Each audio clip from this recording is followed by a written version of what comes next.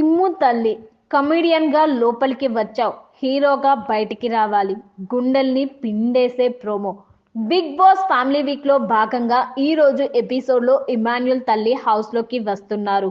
ఇందుకు సంబంధించిన ప్రోమోని తాజాగా వదిలారు. ఇందులో తన తల్లిని చూడగానే ఇమ్ము ఎమోషనల్ అయిపోయాడు.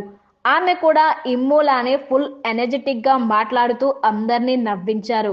ఇక వెళ్లే ముందు ఇమ్ముకి ఒక సలహా మాత్రం ఇచ్చారు.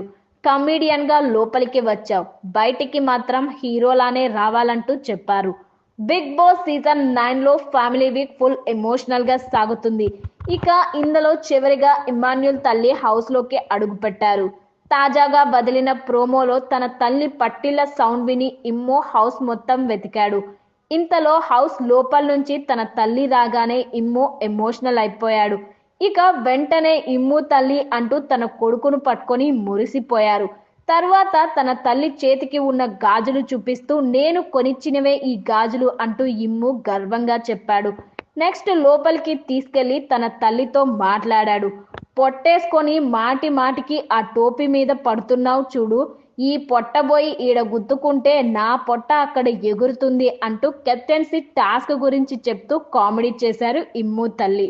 ఏ బంగారాన్ని వద్దనుకున్నానో ఆ బంగారం ఇవాళ 2 రాష్ట్రాలకి పేరు తెస్తున్నాడే. బంగారం నువ్వు ఏడవద్దు డాడీ, ఏడవబాకు ఇమ్ము తల్లి, నువ్వు ఏడుస్తే మాకు ఏడుపొస్తుంది, మా ఎనర్జీ పోతదబ్బా అంటూ ఎమోషనల్ అయ్యారు.